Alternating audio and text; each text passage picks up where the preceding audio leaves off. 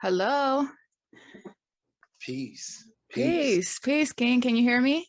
Yes, I can hear you. Perfect. Okay. Well, first of all, thank you for wanting to do this and having an interest in wanting to do this. You're welcome. I love the build. It's Aquarius. It's an Aquarius year. I feel like that's what we're supposed to focus on. So, I think that's my natural being, just extending the invitation. We're in the same space and Collaborating. Yeah. Absolutely. So let's get into it. Let's break some ice. First of all, I want you to tell us like what you like to go by and then what you do. All right. Well, my name is Gemini Brown. I'm an astrologer. That's what I'm known for in this space. Okay. All around, I call myself Gemini because it's the sign of versatility.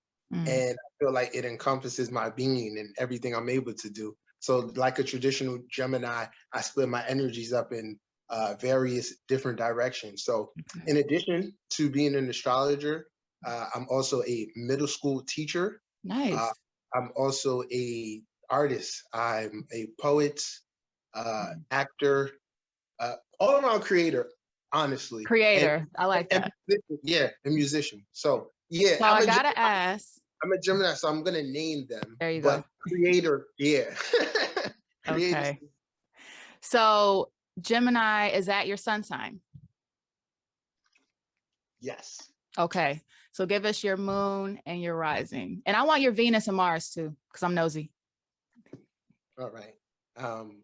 I'm a Gemini sun, Virgo moon, Virgo rising. And all those signs are ruled by Mercury. And then I have my Mercury deposited in the sign of Gemini.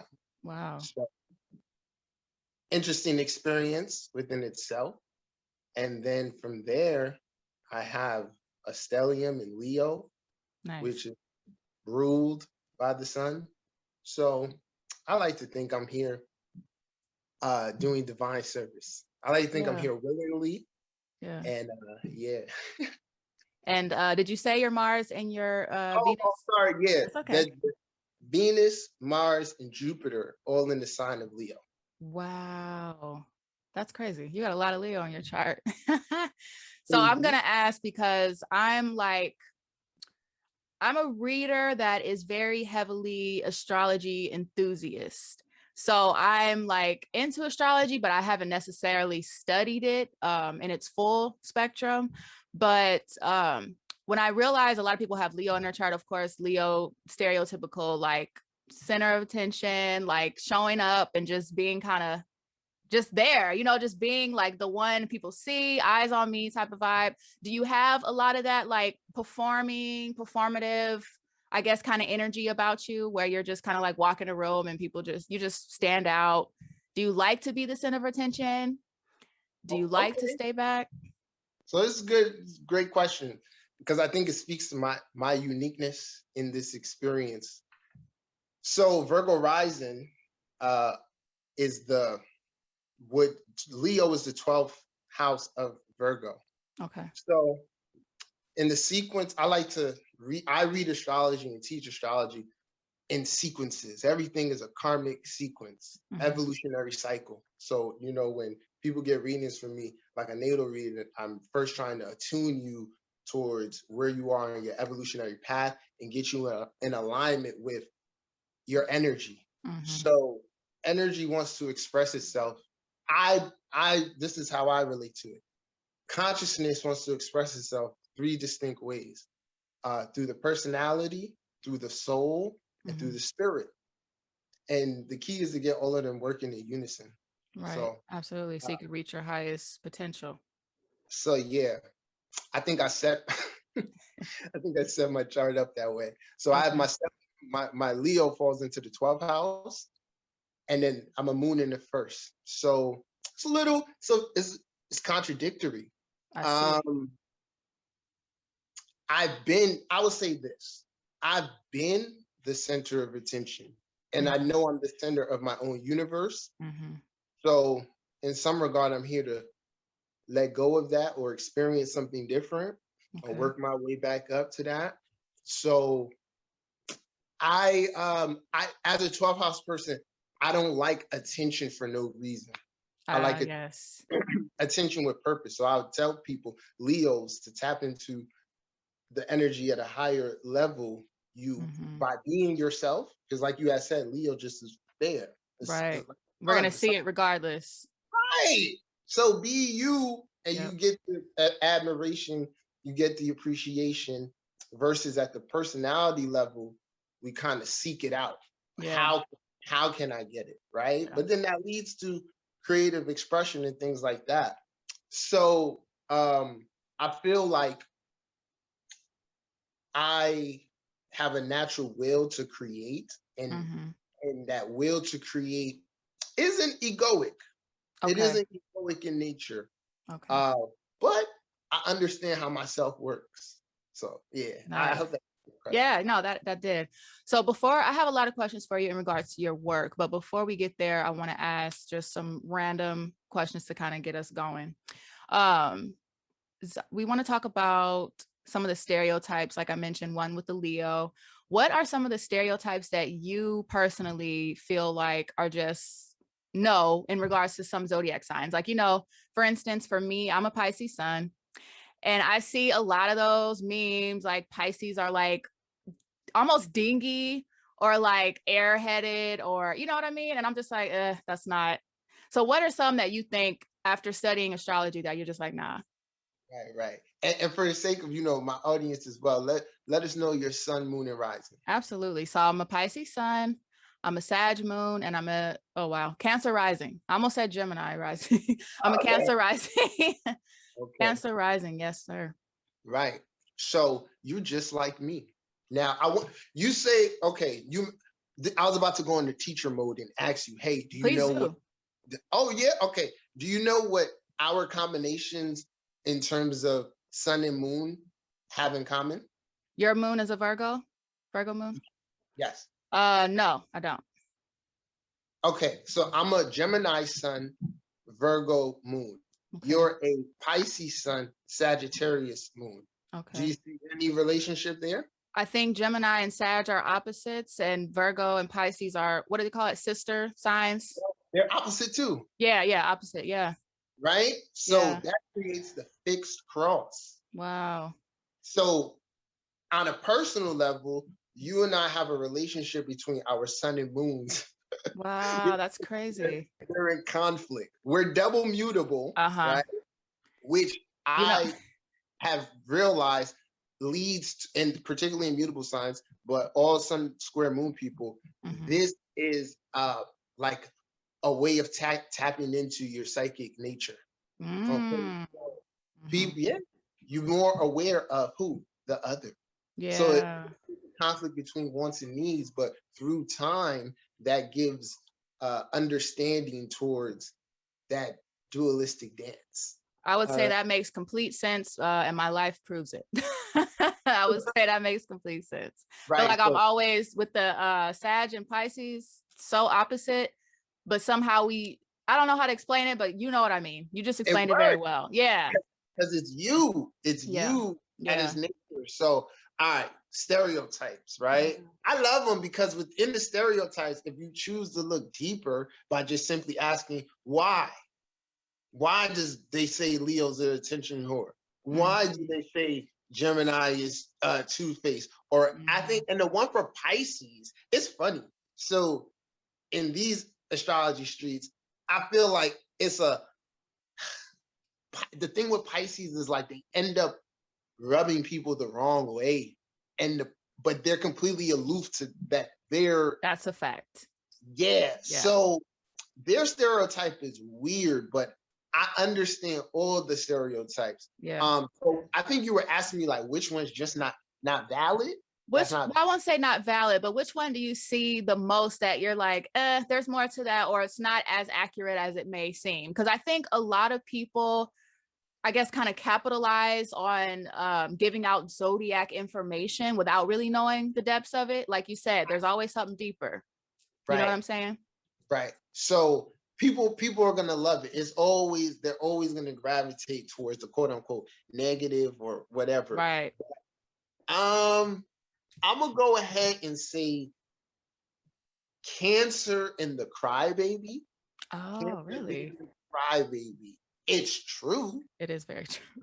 But it's at a deeper level, it's therapeutic. Yeah. So now we feel a lot. Now you're talking to a Mercury dominant person. So I'm supposed to be in my head, but I'm on the spiritual journey. So I've realized like I can't be. Yeah. So in my developing, so I tend to attract Cancer energy. Okay. My best friends in life are Cancers, Nice. right? I'm a moon in the first. I'm a Mhm. moon in the first. So crying is therapeutic. Mhm. It is how Cancers have a process of things. Yeah. Like, the going into the shell to return, or Mhm. going back home. And I'm come out when I'm ready, right? That is, so like the crying is like a microcosm of that. Okay, let me just get this off my chest real quick. No, You know take your time. Yeah. No. I'm Oh, saying okay. Yeah, I got you. Yeah. In the sense of not being afraid to cry Right. at whatever. So it could be the commercial you're watching. It could be the story they're hearing, but that is a superpower, because other not being able to tap in that could be a blockage. Yeah. You ever needed to cry but just couldn't get the freaking cry you didn't want? Tear ducts wasn't working. Yeah. Right? Like Yeah. just imagine that.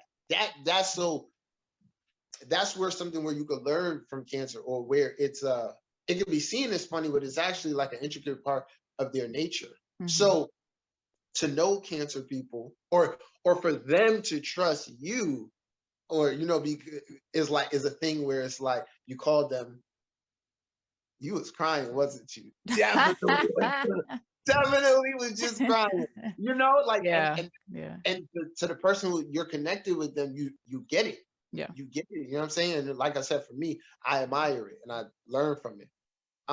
So then I will go and say this is an interesting one with Gemini. So the cool thing about being on YouTube is that it opens me up to a global audience. And at home, man, here in the States, I feel like Gemini is the top 3 most hated out there. You know what I'm saying? I do believe that in the spirit of the duality, as much as they hate us, they love us. Absolutely. It comes with the nature. But outside of the country, oh man, it's not the same reception. It's a different perception. It's like shout out to everyone in New Zealand and Australia. I feel like there's a real admiration for Gemini energy, and those people are even Gemini-like. Interesting. You know what I mean? Yeah. So I feel like, and their understanding of Gemini. Yeah. So then if I speak to the stereotype, how we get tagged as, as two-faced. This is the thing. Now, in my cosmology, I really like to look at the energies as expressing at those different levels I named, okay? So at the personality level, or underdeveloped Gemini can easily get caught in this. I'm with you. You don't like person B, and you're talking about person B, and you simply say, what do you think? Right. It seems to the spiritually competent and advanced, seems like a simple thing, but the personality Gemini is like, yeah, they start dishing what they and then if it's tight enough, you're gonna end up on the other side, right, where that person, right? And then you have a choice. Damn, do I be honest about what was said before, or mind my business, which can be, so that's how we get caught up in that. I have a lot of Geminis in my life, and I can attest to that narrative. I can see that for sure. Yeah. So, and that's your 12th house, which is You know, it's funny. A funny spot. Go ahead. You mentioned 12th house. My Mars is in Gemini in the 12th house. Just Oh, random, but yeah. I just made a video. I just made a video about the most sexual like positions, like or just like positions to look for that In are the very sexually charged. And you know, Mars in the 12th is in there, man. yeah, And then I believe it. I, I believe it for sure. but and then the cool thing, like even to your point about like information, I have fun doing lists like that, but I always, you know, if you know astrology, I'm able to communicate it at the deeper level. So I'll tell Yeah. you why that Mars in the 12th house is you know, horny dog, always, you know what I'm saying? All of that. So I'm gonna check it out. okay, cool. So you know, with that said, Gemini being your 12th house, Mars there, what's your relationship with them? And then, you know, being conscious of that energy going into your 12th house. Are you asking me? Yeah. Oh, For okay. you. Yeah. What's my relationship with what? I'm sorry. Oh, okay. With Gemini energy. So you say you Oh, have okay. Yeah. Gemini. Let's see. I love one of my best friends is a Gemini sun. And we have a great relationship. She never struck me as two-faced, like ever. I think some of the other Geminis in my life maybe have displayed that. My mom is also a Gemini, and I think that's just like mom energy. You know, you tell your mom, don't say something, you know what I mean? That's a whole separate situation. So I can't really decipher the difference, but overall, I love Geminis. They're a lot of fun. I have the most fun with Geminis. I feel like we could talk about anything. In regards to my best friend, with her being a Gemini sun, our conversations go from like here to here because she, like you, I feel like she has so much information to share.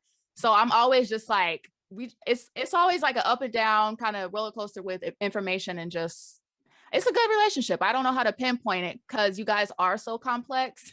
Right. But overall, beautiful. Yeah. You know, so I was wondering because typically it's like and you're on the spiritual path and conscious of things, but typically like when particular energies will go into your 12th house, it's representative of like karma you have.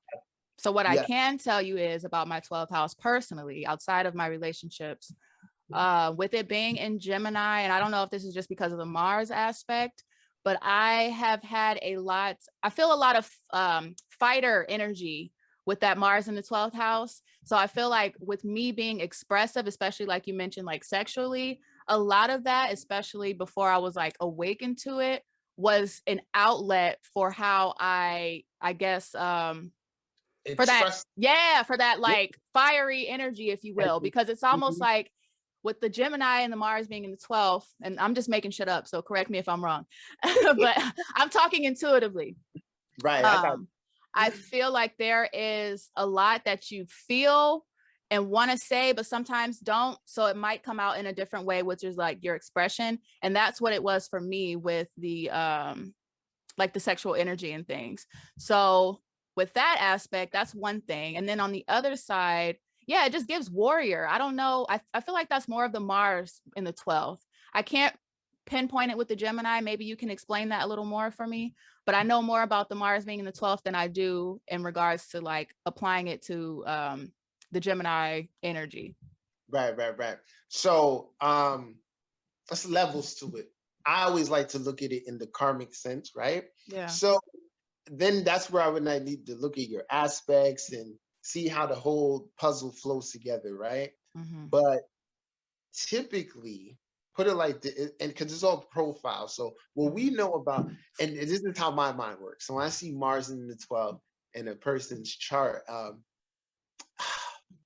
like you're gonna get a firecracker. Yeah. So someone could be stable know them for years. Like myself, people, I don't tend to have to display outbursts of anger or whatever. Yeah. So but when you do, when the Mars 12 person does, oh, it's the end of the world. You took it. It's too crazy. Call the cops.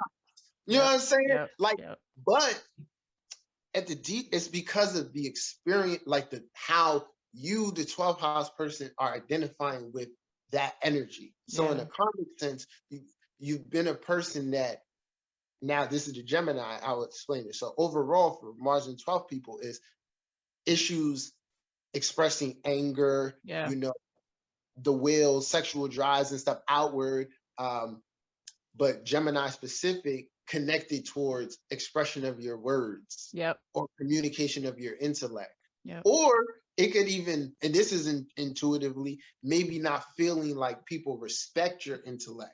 You know what I'm saying? And then having to be verbally combative or whatever to defend oneself. 100%. You know what I'm saying? Yep. So yeah, that's a little bit, you know. I know exactly what you mean. And then, oh yeah, also, so do you have 8th house energy? What is my 8th house? I think it's Scorpio. No, that's my 5th. Hold on, give me a second. Let me look at my chart, if you don't mind. You're a Cancer rising, right? Yeah. So Capricorn would be in your 7th, and then Aquarius would be. Yes. Okay, hold on. Yeah, Saturn and Aquarius in the 8th. Oh. So I'm like, what does that mean? Yeah. So I would say this, and you know, we're speaking, you know, candidly. It's like you wanting to. Okay, Spirit knows that Mars in the 12th is like, I want to express how I want to express. Like if we're just in the, you know, sexual sense or whatever, like raw, you know, expression or whatever. And then it's Gemini, so very curious, you know, all of the imagination in this spot. So I didn't even look at the whole chart, but this Saturn here is letting me know, like, I'm here to keep this Mars in check. Oh. So yeah. Now what happens with Saturn in the 8th is that, because Mars is willful. Mars in the 12th could, you know what I'm saying? It could happen. It could manifest, right? But Saturn in the 8th here is kind of governing the sex life and bringing it in. It wants you to bring you towards the sacredness of it. So what it does is, and it's crazy, is straight hot and cold periods until the person kind of surrenders to that ebb and flow and stops being so willful, and then connects with the self more. And then eventually there's the next aspect of Saturn in the 8th house is very much so like being a spiritual authority, hands-on in a sense, you know what I'm saying? Almost like really doing the work. Yeah. Like your shit really involving doing the work of the spirituality. So that could, you know what I feel like? What? You just explained I don't like to use like younger and older, but my before tapped in to It'd now. Be like that. Yeah, that's exactly how. I feel the same. How I looked at it, I feel like in my sense, the universe early on, it gave me conscious free will to explore, to figure it out in these ways, right? Yep. But to keep it a buck with you, you know, once I hit 18, that contract with the universe, it activated. It didn't just, you know, immediately halt. I want to say, but the consciousness starts to grow. Like, damn, you learning so much. So by the time I get to my Jupiter return, I'm like, okay. It all starts to make sense. It all makes you, and you start moving with more conscious intention in these areas. So going back with like that Saturn in the 8th, it's like governing the Mars in the 12th. Because all the thing about the chart, they all move, all the houses are connected in some type of way. They have these individual relationships. So 4, 8, and 12 is considered the psychic trinity, right? And you can read this on various levels, but it also deals with sex. Okay. Now, quickly, I'd say it like this: the 4th house is showing the fact that you should And at some level, there is some type of emotional connection with sex, right? We in our evolution are trying to separate it, but it's a part of it. Right. So it's crazy because as a man working with other brothers, especially something I've been privileged to do since quarantine, I tell them, yo, bro, any man could get any woman. It's like, and ultimately you get the ones that you're supposed to, but just when we're looking at in the fourth house sense, oh, we all want, but most, ladies, they want their emotions aroused. Right. And that gives way to the eighth house. What's their desires?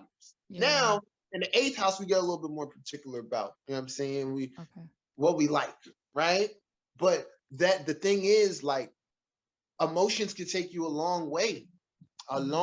If outside of the physical, if you're fourth house, if you're comfortable, if you're secure, and then let's just say it's just you, because when you develop the relationship with your body, right? Women out there know who can get themselves there. It's not about men. Nope. Absolutely. It's not. Absolutely. So as you long start as you're looking for those other things. And so we may be thinking like, damn, I need this particular type of thing to fulfill it. But once you actually get intimate with yourself, you can then get intimate with another. And in the eighth house is like desire, right? Yeah. Whole bunch of stuff in the eighth house. But that's your particular profile of what you like sexually and what you require and all your relationship with orgasm and all of that. Yeah. Then we get to the 12th house where it's like you know yourself. Especially this is where particular planets get in. Say you get a Mars here, you get a Venus here, you get a Sun. You know yourself at the soul level, so you naturally want to know another at that level. So the sex in the 12th house it can at its highest potential is sacredness, tantra, you know what I'm saying, whatever floats your boat. Even like to some extent, because there's a whole gamut, but you know what I mean when I say fetishes are healthy. Can be, if you understand what I mean. I know what you mean. Right. So at the 12th house is like, fulfilling unconscious, what you weren't necessarily able to fully express through in the eighth. Like at the soul level, someone's able to, you know what I'm saying? Where it's like a person may have had partners and shit, but when you think about that particular partner where it may have been like a soul connection, right? There's this particular thing like, I ain't even had to tell them to do that shit and they did it. Yeah. So, and then, like I said, they're all connected. So try to look at them as a composite, right? And those are not even just the main sexual houses, but those are how they're linked in that way. Oh, wow. Okay.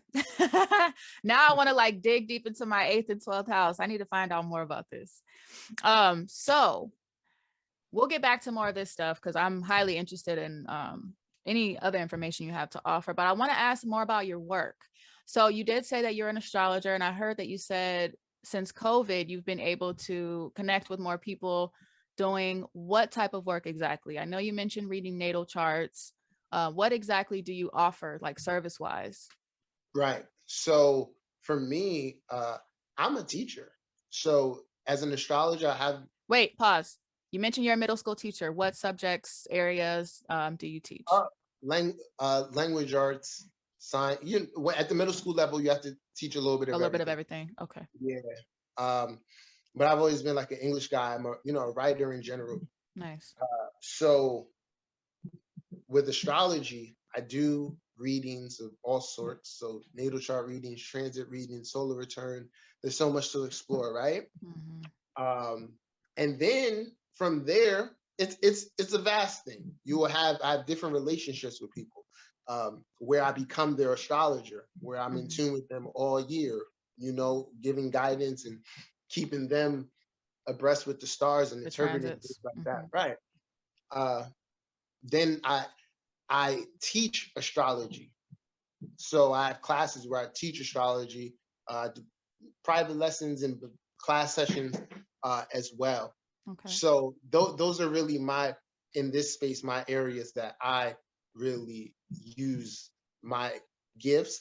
But with my students, I always tell them it's a spiritual journey. I know it's a lot about a lot. It's just a matter of what I can help you with. Yeah. So, one question, I always get, hey, so do you do tarot as well? It's not my lane. Yeah. You know what I'm saying? I have a deck, I connect with the cards. I use it for me and my understanding and things like that, but that's just not what I choose to do or put out there. I know it's a lot about a lot, but I'm very conscious about what I spend time on teaching. Yeah. What draws you to this work? Like, what made you say, I want to read charts, I want to even speak to people about this type of work? Because it's not easy. It's not easy. Oh, so I honestly, like I said, I say it with conviction because I know it. Like, I'm here on divine service. So the thing is, I cannot find the thought in my head the moment where I said, yo, I should make videos. I can't find it. Wow. Okay, so, what year did you start? What year did you start publicly? I want to say 2015. Okay. Right? So check this out. Now, my show is called Nalo Kicking Knowledge. Okay. How it started was just me. It's so natural. Like, it was just a way of me introing things that I wanted to talk about with no intention, like on Facebook and stuff like that. So I did the same thing. Right. And so now this was the seeds of initiation and spiritual awakening. The first one I did, and people were like, yo, keep doing this, talk your shit. I was like, Nalo Kicking Knowledge, what has Michael Jordan done for you? And it was a sneaker release. They outside lined up. And, I was just like, this is crazy.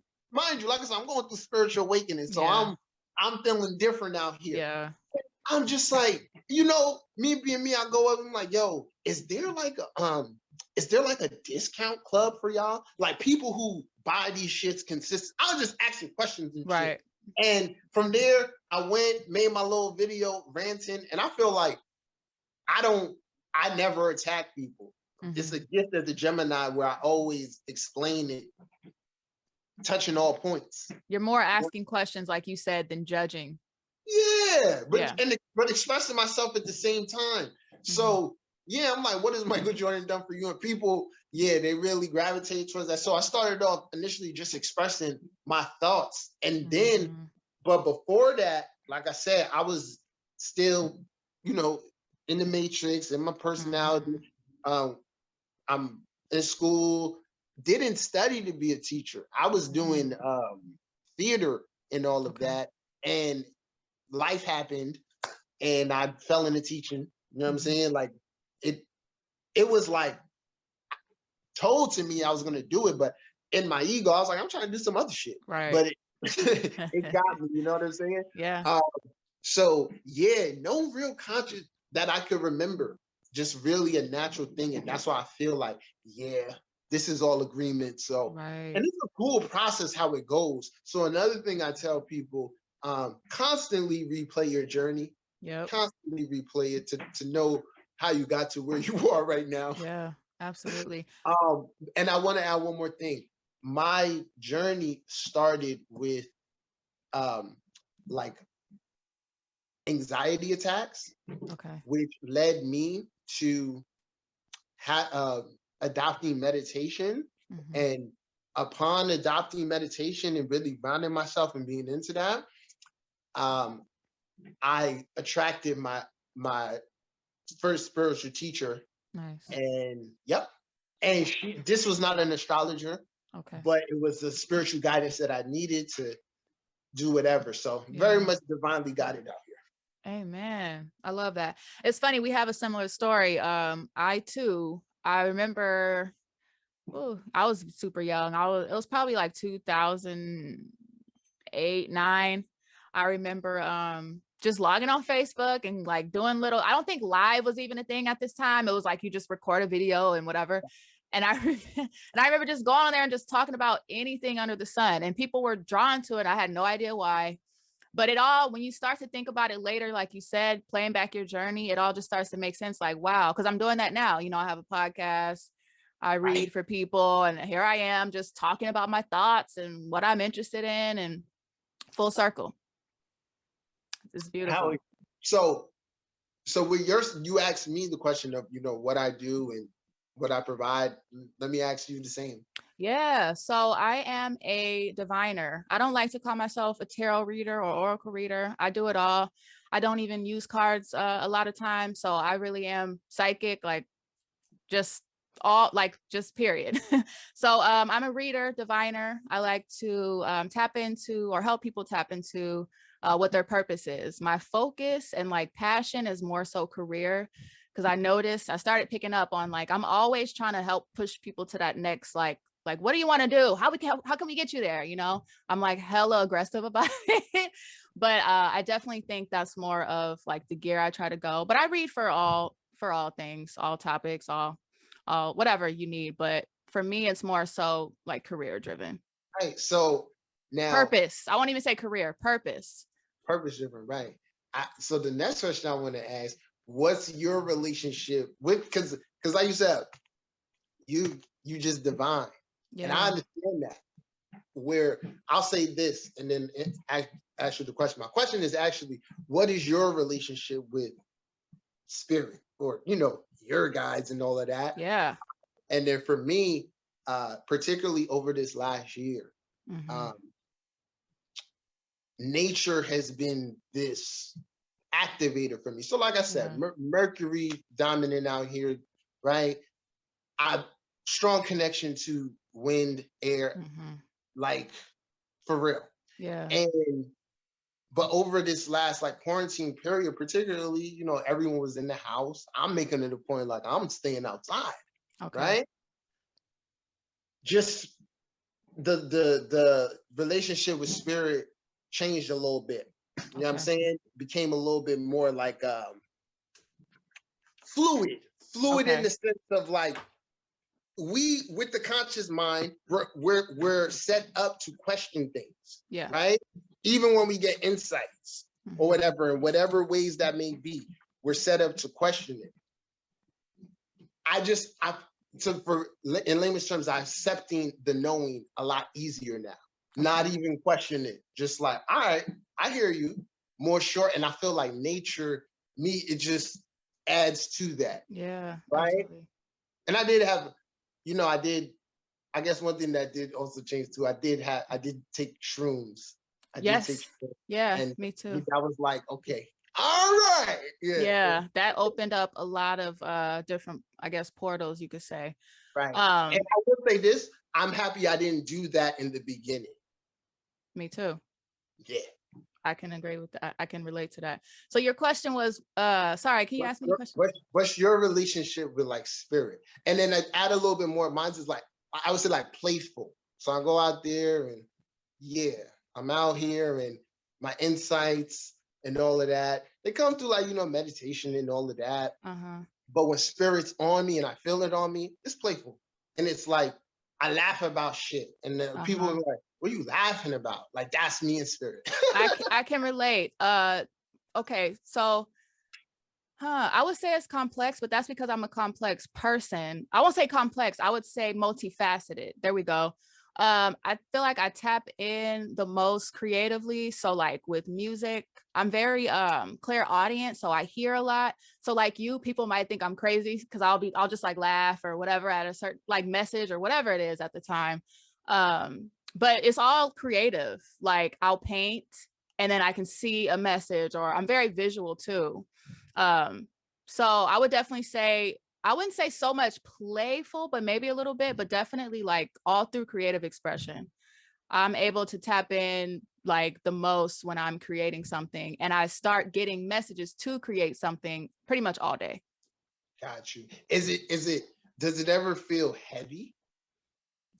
Nah, No. no. Okay. No, not anymore. I would say in the beginning of my awakening, it did, maybe just because, you know, at the beginning you're not really as aware of what's going on, so you might be a little more what do you call, you're not surrendering, you know what I mean? So you're not fully like comfortable. And with me also being, I see too, which can sometimes, not anymore, but at first was very scary. So I think then it was a little heavier. Like I'd wake up in the middle of the night and feel something on, like near me, or, you know, the stories you hear, the crazy stuff. But no, not anymore. I wouldn't say it's heavy or it's very strong. I'll tell you that. I got some very, very strong guides. Like, yeah, it's very strong, but not heavy. Got you. Yeah. It's cool. It's cool. Yeah. Why'd you ask that? Just cause, you know, like we all have our relationship with them. Yeah. And you got that Mars in Gemini. So, you know, yeah, like I know that's my territory. And but then the Saturn in the 8th, and then your Pisces. Yeah. So Yeah. Cancer rising too, don't. Yeah. Right. So okay, but enough about me. So that's what I do. I did take a peek at your YouTube, and I see you got a pretty good following there. What is your, I guess, I don't want to say formula, but like what all do you do on your YouTube? Like I know you do like monthly, I guess, kind of check-ins. I saw, I know you teach. Do you have anything in particular, like on Tuesdays we do this, Wednesdays we do this? What keeps your audience kind of like drawn in?